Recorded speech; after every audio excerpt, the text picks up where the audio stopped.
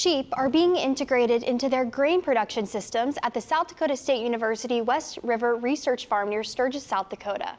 Ariana Schumacher takes us to the farm for a closer look at what they hope to achieve. Here at the West River Research Farm, sheep are working away at the 15-acre section of land that has been transitioned to organic farming. We grow a forage crop over the winter and summer or early summer, and then we bring in the sheep and they graze the forages.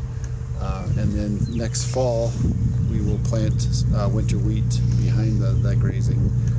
So it's a kind of a mixed forage and grain-based system. The sheep control weeds and their manure works as a fertilizer. In an organic system, we don't have herbicides to rely upon.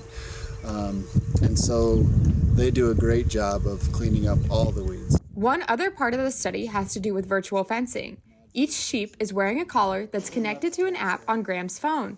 This allows him to create an invisible fence line and be able to move that line whenever he wants the sheep to graze a different portion of the field. They have a buffer zone within this fence, and so as they get closer and closer to the invisible fence perimeter, it gives a tone, and then finally gives them a shock when they get closer. Since this is a research farm, they have added an electric fence along with the virtual fencing. This is just to ensure that the sheep stay where they're supposed to. That's our insurance policy, and so we have a lot of other research on the farm, and we don't want it to be eaten. Graham says there's a growing interest in the invisible fencing system, but there are still some issues that need to be worked out.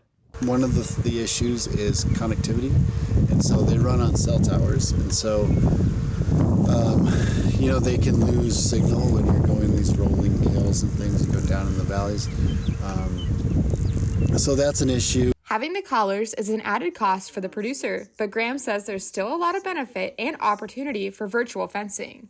I think the biggest thing that we have heard is that the productivity measures are still kind of a bit unclear, but where it does seem to be really useful is in the infrastructure part.